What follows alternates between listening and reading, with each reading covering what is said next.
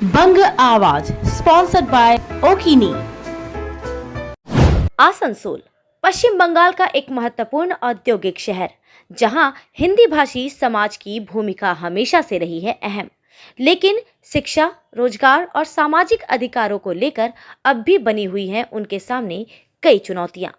इन्हीं मुद्दों को लेकर समाज के कई जागरूक लोग आ रहे हैं सामने, और उन्हीं में से एक हैं आसनसोल के ही रहने वाले संजीत यादव, जो न सिर्फ समाज सेवा से जुड़े हैं बल्कि लोगों के संघर्ष में उनके सच्चे साथी के रूप में खड़े नजर आते हैं। चाहे शिक्षा से जुड़ी समस्याएं हो या जरूरतमंदों की मदद का सवाल, संजीत यादव हर मोर्चे पर लोगों के साथ खड़े दिखाई देते हैं। आज हम उनसे जानेंगे कि किस तरह वो समाज सेवा और शिक्षा के क्षेत्र में बदलाव लाने की कोशिश कर रहे हैं। इस वक्त हमारे साथ मौजूद हैं संजीत यादव जी और इनके साथ है दीपक कुमार जी और जियालाल यादव जी। नमस्कार आप सभी का, स्वागत है हमारे चैनल में। तो शुरुआत करेंगे सबसे पहले संजीत यादव जी से। इनके बारे में पहले जानना चाहेंगे कि अब तक इन्होंने समाज सेवा क्षेत्र में क्या कुछ किया है और क्या कुछ अभी करना है। सबसे पहला सवाल मेरा ये है कि आप अब तक एक जाति विशेष समिति से जुड़े हुए थे, काफी उत्थान का कार्य भी किया है, उसमें आपने कई तरह के विशेष कार्य किए हैं समाज सेवा मूलक, लेकिन आज आप एक व्यक्तिगत तौर पे हमारे साथ बैठे हैं जी। तो समिति से अलग होकर के आज ये स्थिति है, तो कुछ कहना चाहेंगे इस बारे में, क्यों आपने छोड़ दिया? देखिए, बातें बहुत सी हैं। अगर मैंने क्यों छोड़ा, अगर मैं इस पे जाऊंगा तो फिर बहुत सी बातें निकल कर सामने आएंगी जी। तो मैं किसी कंट्रोवर्सी में नहीं जाना चाहता जी। और रही बात समाज के उत्थान की, तो इसके पहले मैं यादव समाज का महासचिव था जी। और महासचिव के पद पे रहते हुए भी मैंने कभी जाति विशेष को लेकर काम नहीं किया। हमने समाज के जितने भी वर्ग है, जितनी भी जाति है, सबके लिए काम किया और आज भी काम कर रहा हूँ। ऐसा नहीं कि मैं अगर महासचिव के पद से हट गया हूँ या मैंने रिजाइन दे दिया है तो मैं काम नहीं कर रहा हूँ। आज भी समाज के सभी जाति के लोग हमारे पास में आते हैं और हमसे जितना बन पड़ता है यथासंभव उनकी हम सहायता करते हैं और आगे भी हम करते रहेंगे। दीपक जी से सवाल रहेगा, आप समाज सेवा क्षेत्र, समाज सेवा से कई वर्षों से जुड़े हुए हैं और आप भी जिस समिति की बात हो रही थी उससे आप भी जुड़े हुए थे। आपने भी क्या जिस तरह से संजीव जी ने कदम उठाया वही कदम आपने भी उठाया? इनका अगला जो कदम है काफी सराहनीय है जी। सभी धर्म, सभी जात, सभी वर्गों को लेकर चलना जी। मानवता का सबसे बड़ा धर्म है जी। तो इस चीज की, इस सोच को हम उनको समर्थन कर रहे हैं और इनके साथ हम इसलिए जुड़े हैं और हमारे जो भी दोस्त लोग हैं, जितने भी हमारे समर्थक हैं, सब इनके साथ में रहेंगे और हम लोग इस सोच को लेकर आगे बढ़ना है। सर्वधर्म, सर्वजात, सभी को लेकर आगे चल रहा है जी। तला जी, आप एक वरिष्ठ व्यक्ति हैं, समाज से जुड़े कुछ विशेष बातें आप रखना चाहेंगे और क्यों आप आज यहाँ हैं? देखिए, हम लोग सोचते हैं कि समाज, ये संजीत जी जो चला रहे थे या किए भी है, अभी अलग हुए, जैसे भी जो भी है, हम लोग आपस का बात है, इसमें हम लोग विचार में नहीं जाना चाहते हैं। रह गया सवाल, हम लोग सोचे हैं कि इनका साथ दिया जाए। ये अच्छा कार्य करते थे, अभी भी लोगों के प्रति जो है इनका मोह माया बढ़िया है, जो भी कार्य होता है ये करते थे और अभी ये कर भी रहे हैं। सही, अभी जो है, जो भी इनको बोला जाता है, जहाँ भी बोला जाता है, रात दिन जो भी है, सब एक करके खड़ते थे लोगों के लिए। ये नहीं कि कोई एक व्यक्ति के जातिता पर ये जाते हैं, जो भी इनको कोई कष्ट हुआ, रात दिन जो भी हुआ, तो हम इनका समर्थन करते हैं। इस बात को हमको अच्छा लगता था, हम इनका साथ शुरू में भी थे, अभी भी है, इनका हम लोग जो है सम्मान करते हैं। मतलब एक अलग सोच लेकर ये चल रहे हैं। जी जी जी, अलग सोच लेके चल रहे हैं और इनका इसीलिए हम लोग समर्थन करते हैं। हमारे पास जो भी आदमी है, हम लोग सब इनका जो है सहयोग करेंगे अच्छा से, जो अच्छा कार्य करेंगे।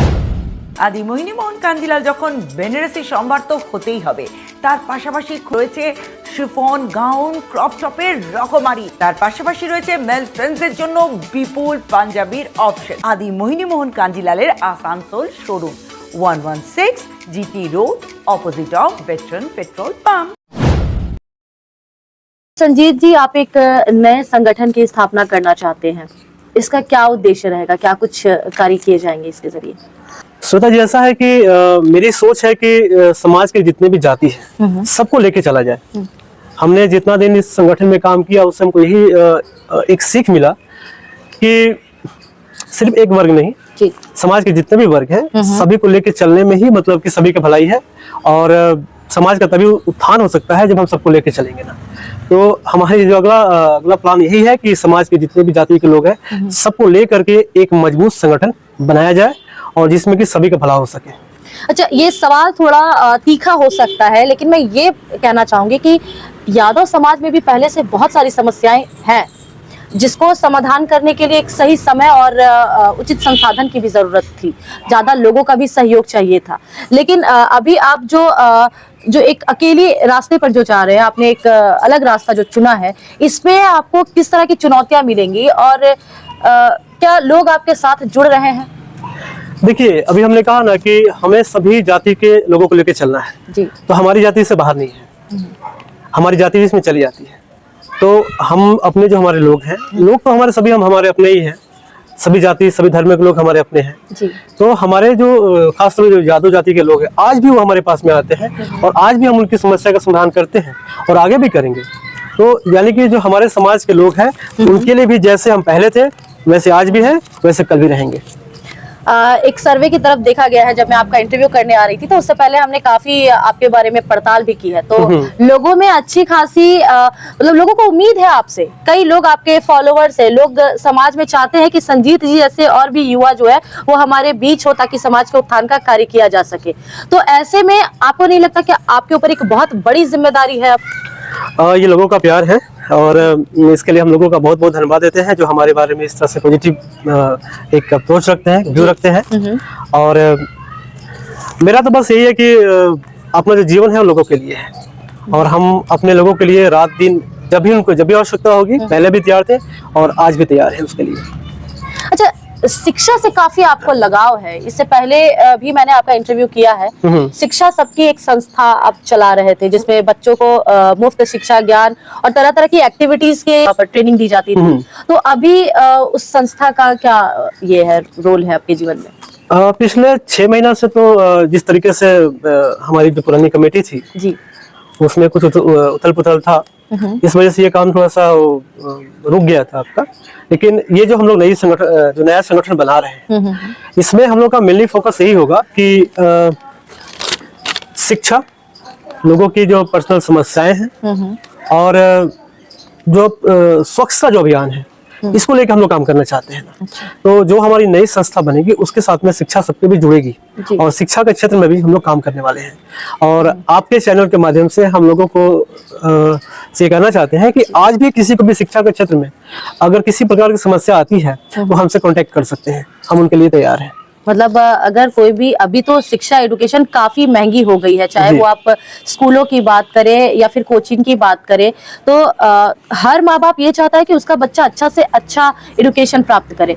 लेकिन अभी जो स्थिति है उसमें लोगों के सामने कई समस्याएं आ रही हैं। तो अगर किसी को एडमिशन की ही परेशानी हो रही है तो उसमें लोग अगर आपसे संपर्क करेंगे तो आप ये किस तरह से निदान करेंगे इसका? ये हमारा जो नया संगठन बन रहा है ना, इसमें हमारे साथ में ऐसे लोग हैं जैसे दीपक भाई हैं और भी लोग हैं कि जो लोग शिक्षा के क्षेत्र में काम करना चाहते हैं, कर भी रहे हैं जी। तो इन लोगों का आश्वासन मिला हुआ है कि अगर हम लोगों के बीच में ऐसी कोई समस्या आती है तो हम लोग सब मिल करके इसका समाधान करेंगे।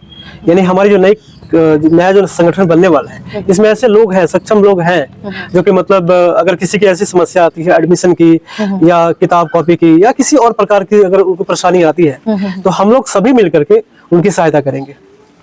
चुनौतियां क्या कुछ हो सकती है इस संस्था की स्थापना को लेकर? देखिए, चुनौतियां तो हर चीज में होती है लेकिन हम लोग चुनौतियों से डरने वाले नहीं है ना। चाहे चुनौतियां जैसे भी हो, समाज कल्याण के लिए पहले भी हम काम किए हैं और आगे भी काम करते रहेंगे।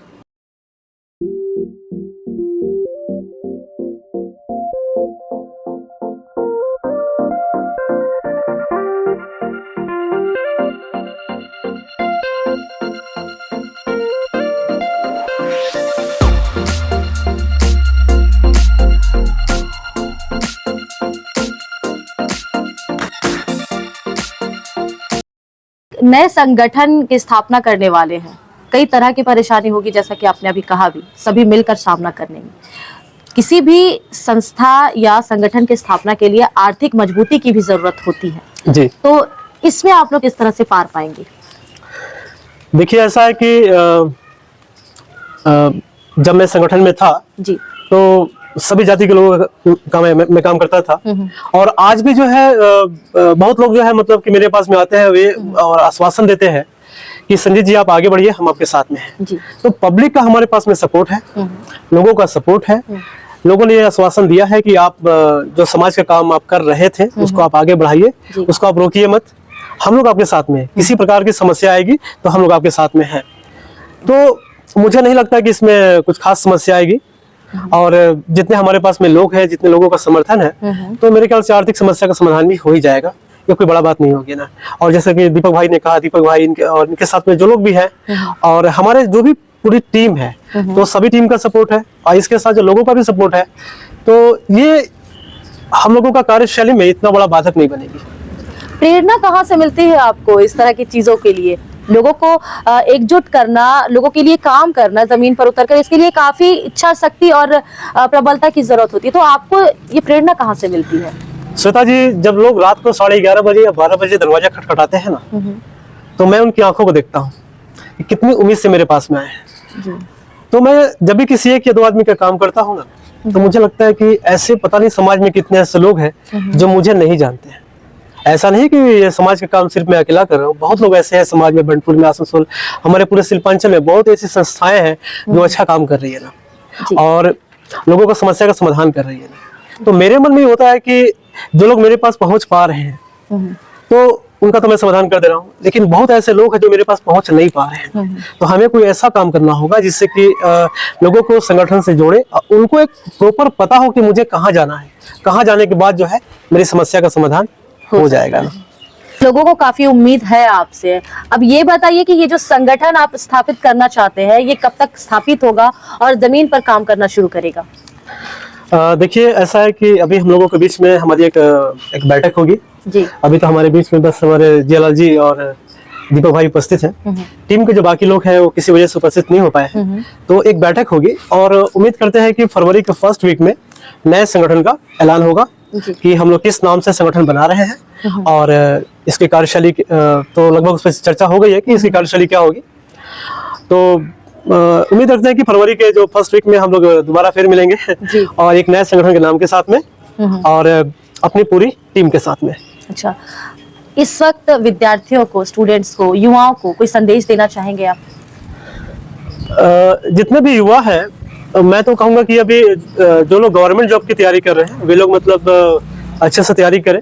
उनको किसी प्रकार की परेशानी अगर होती है, कोचिंग के मामले में मैं खुद पढ़ाता हूँ, तो वो मेरे पास में आ सकते हैं। अगर कोई ऐसा बच्चा है जिनकी आर्थिक स्थिति अच्छी नहीं है तो मैं खुद उनको कोचिंग दूंगा। मैं खुद पढ़ाता हूँ बच्चों को। और इसके अलावा और भी कोई विद्यार्थी है जो कि क्लास 9-10 में बच्चे पढ़ रहे हैं या उससे नीचे के क्लास में है, उनको मैं संदेश दूंगा कि वे अपनी पढ़ाई अच्छे से करें, क्योंकि पढ़ाई ही वो रास्ता है जो आपके जीवन को, आपके तकदीर को, आपके भविष्य को बदल सकता है।